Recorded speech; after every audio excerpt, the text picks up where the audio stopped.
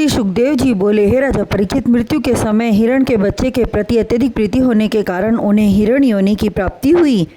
फिर भी पिछले जन्म की बातें उन्हें याद रही जो कि हरि कृपा से संभव हुआ था। वे अपने मन में विचार करने लगे कि जितना अधिक प्रेम मैंने अज्ञानी होकर उस हिरण के बच्चे से किया, उतना मैंने अपने स्त्री एवं पुत्र से नहीं किया। मोह के कारण ही मुझे हिरण योनि की प्राप्ति हुई है। यही सोचकर वे किसी हिरणी के से प्रेम नहीं करते थे। सो हिरण तन में रहते हुए भी पेड़ के गिरे हुए सूखे पत्ते खाकर प्रभु के चरणों का ध्यान करते। श्री सुखदेव जी कहने लगे, हे राजा परीक्षित, मृत्यु के समय हिरण के बच्चे से अत्यधिक प्रीति राजा के मन में थी, जिस कारण उन्हें हिरण योनि की प्राप्ति हुई। जब ऐसे महात्माओं की ऐसी गति हुई तो साधारण मनुष्यों की क्या बात है। हरि भजन छोड़कर जो भी प्राणी माया मोह को अपनाएगा उसकी यह गति होगी। राजा भरत उस हिरण शरीर में रहकर भी हर समय अपनी मुक्ति का मार्ग ढूंढते रहते और यह विचार करते रहते कि यह तन छूटे और मनुष्य का तन पाकर भगवत भजन करूं। सूखे पत्ते खाने से उनका शरीर अत्यंत दुर्बल हो गया। एक दिन नदी पार करते समय वे गिर गए और मृत्यु को प्राप्त हुए और अगले जन्म में एक ज्ञानी ब्राह्मण के घर ब्राह्मण पुत्र के रूप में उत्पन्न हुए। उनका नाम भरत रखा गया।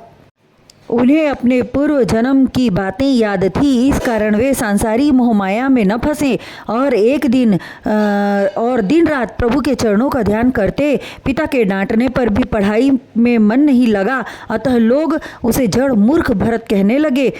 कोई उसे खिला देता तो खा लेते, पिला देता तो पी लेते, अन्यथा कुछ सोच विचार न करते। दिन रात प्रभु का ध्यान करने में मग्न रहते।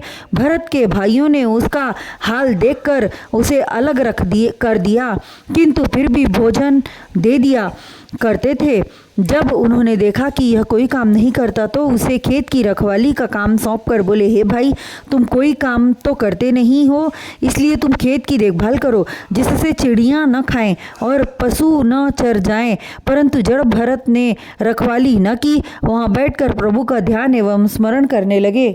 उस देश में एक भीलों का राजा रहता था जो भद्रकाली का परम भक्त था और उसने पुत्र प्राप्ति की कामना से प्रतिज्ञा की थी कि मेरे पुत्र उत्पन्न होगा तो मैं तुम्हें मनुष्य की बलि दूंगा। जब उसके घर पुत्र उत्पन्न हुआ तो भीलों के राजा ने अपने नौकरों को एक हृष्ट पुष्ट मनुष्य कर लाने की आज्ञा दी।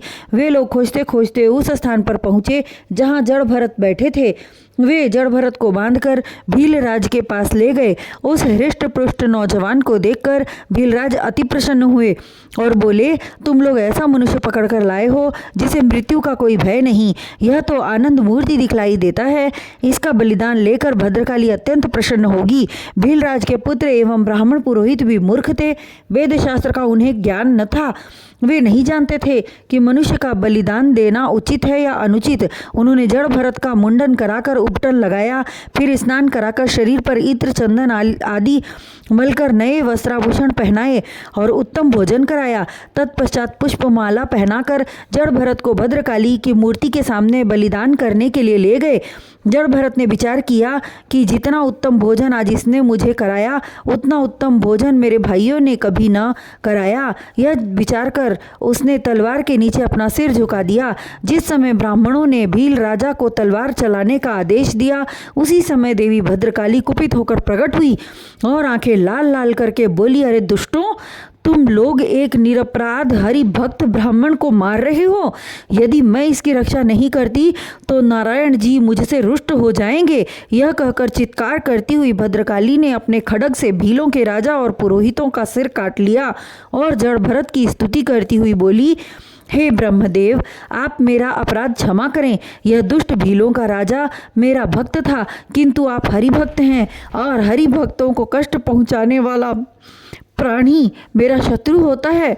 जो मनुष्य प्रभु श्री हरि नारायण के चरणों की प्रीति करता है उसे कोई भी प्राणी कष्ट नहीं पहुंचा सकता। ऐसे वचनों को कहकर जड़ भरत की रक्षा करने के उपरांत भद्रकाली अंतर्ध्यान हो गई।